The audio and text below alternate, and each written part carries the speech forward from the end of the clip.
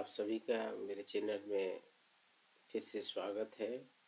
और आज का जो टॉपिक्स है गैस वेल्डिंग और आर्क वेल्डिंग में प्रयोग होने वाले जो टर्म्स हैं उसके डिफिनेशन को आज हम लोग उसको पढ़ेंगे।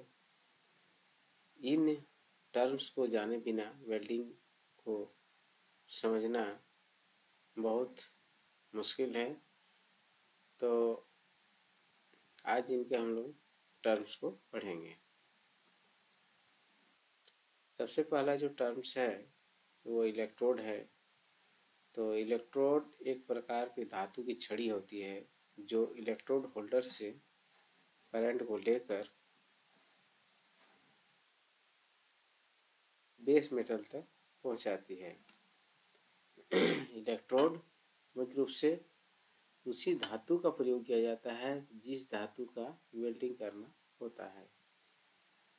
अगला टर्म्स है बेयर इलेक्ट्रोड। तो जिस इलेक्ट्रोड के ऊपर फ्लक्स चढ़ाया हुआ नहीं रहता है उस प्रकार के इलेक्ट्रोड को बेयर इलेक्ट्रोड कहते हैं। और बेयर इलेक्ट्रोड से आर्क स्थिर नहीं होता है, इसमें वेल्डिंग करना आसान नहीं होता है।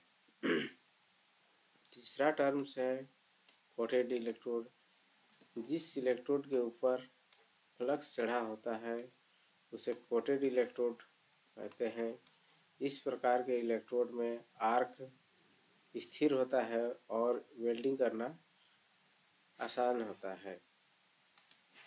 चौथा टर्म्स फिलर रॉड है और इसका प्रयोग गैस वेल्डिंग के दौरान मेटल के बीच के गैप को भरने के लिए किया जाता है। यह भी स्टिक के ही जैसा होता है लेकिन इसके ऊपर फ्लक्स चढ़ा हुआ नहीं होता है। यह भी जिस धातु को वेल्डिंग करना होता है उसी धातु का ये बना हुआ होता है।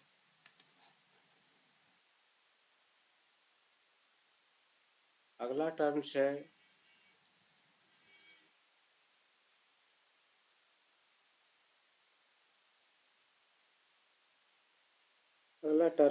बेस मेटल या आयरन मेटल।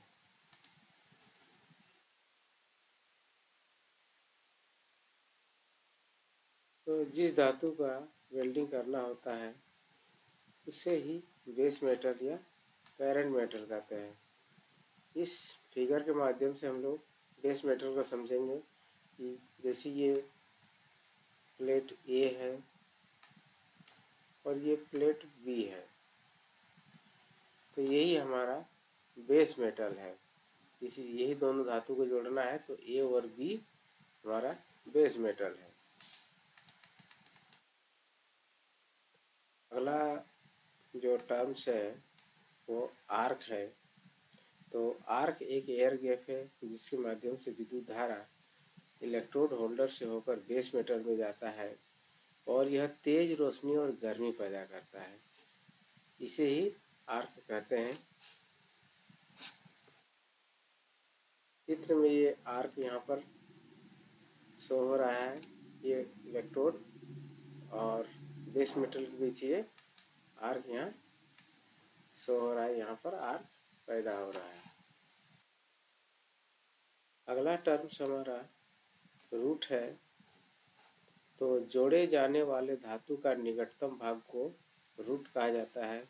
जैसे इस फिगर में हम लोग देख पा रहे हैं ये भाग जो है हमारा ये दोनों प्लेट का रूट कहलाता है। इस भाग को हम लोग रूट कहते हैं। ये प्लेट ए है,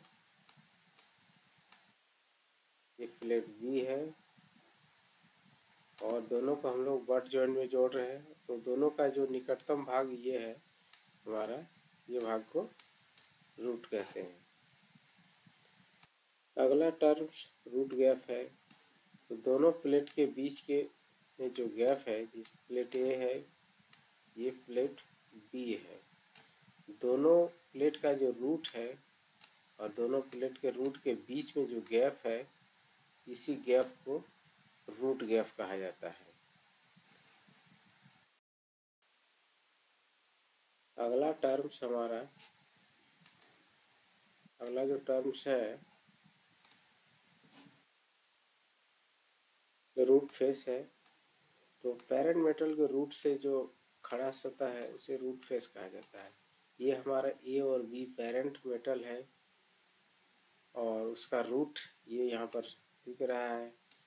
उस पर ये जो सरफेस है ये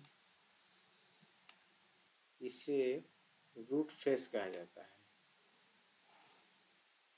अगला टर्म्स हमारा प्री हीटिंग है। तो वेल्डिंग करने से पहले जॉब को गर्म करने की प्रक्रिया को प्री हीटिंग कहा जाता है। खासकर उन प्रकार के जॉब में किया जाता है जो वेल्डिंग के दौरान क्रैक होने की संभावना होती है। उन प्रकार के धातु में प्री हीटिंग किया जाता है।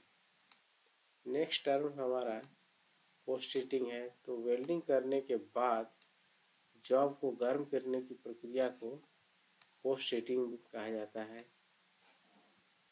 नेक्स्ट टर्म हमारा वेल्डिंग बीड है। तो इलेक्ट्रोड या फिलर रॉड के द्वारा बेस मेटल के ऊपर जमाई गई धातु की परत को बीड कहा जाता है। ये हमारा बेस मेटल है, ये बेस मेटल है और इसमें ये जो यहाँ पर शो हो रहा है ये हमारा वेल्डिंग बीड है। ये बीड बेस मेटल के ऊपर जमाई हुई है और इसको हम लोग बीड कहते हैं। नेक्स्ट टर्म पेनिट्रेशन है। तो वेल्डिंग करने के दौरान बेस मेटल जितनी गहराई तक पिघलता है उसे पेनिट्रेशन कहते हैं। ये हमारा बेस मेटल है जिसमें ये भी जॉइंट हमको शो हो रहा है और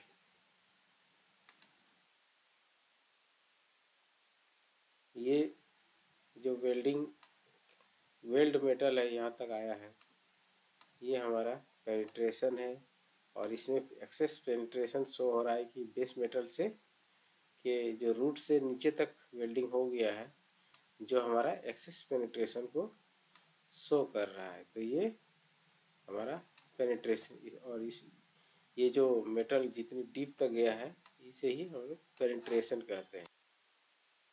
अगला टर्म्स है बैकफायर और यह गैस वेल्डिंग करने के दौरान होता है।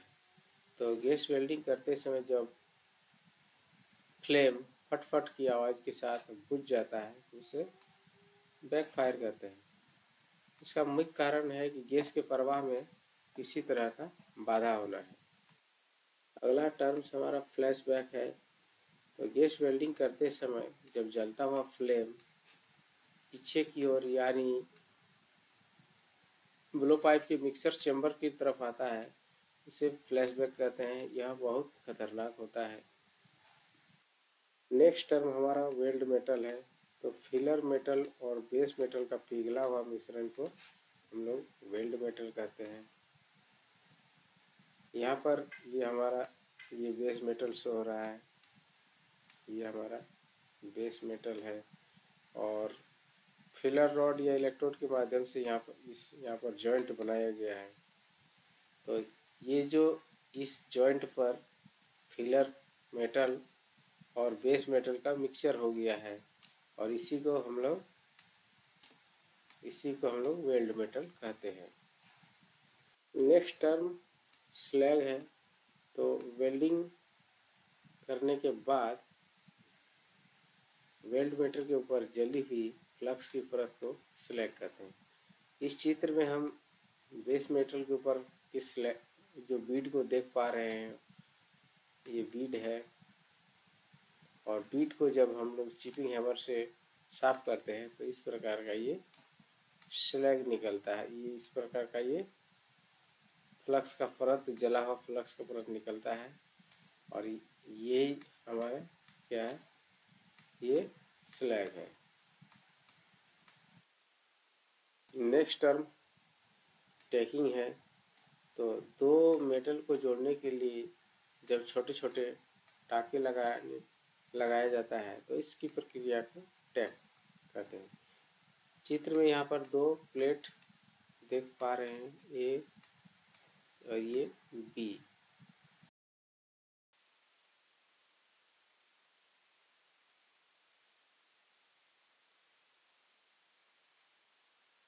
दोनों को जोड़ने के लिए यहाँ पर छोटे छोटे टैग लगाया गया है इन स्थानों पर। इसे ही हम लोग टैगिंग कहते हैं। तो आज का वीडियो में बस इतना ही। ये वीडियो आपको कैसा लगा कृपया कमेंट करके ज़रूर बताइएगा। अगर अच्छा लगा तो इसे शेयर भी कीजिएगा। धन्यवाद।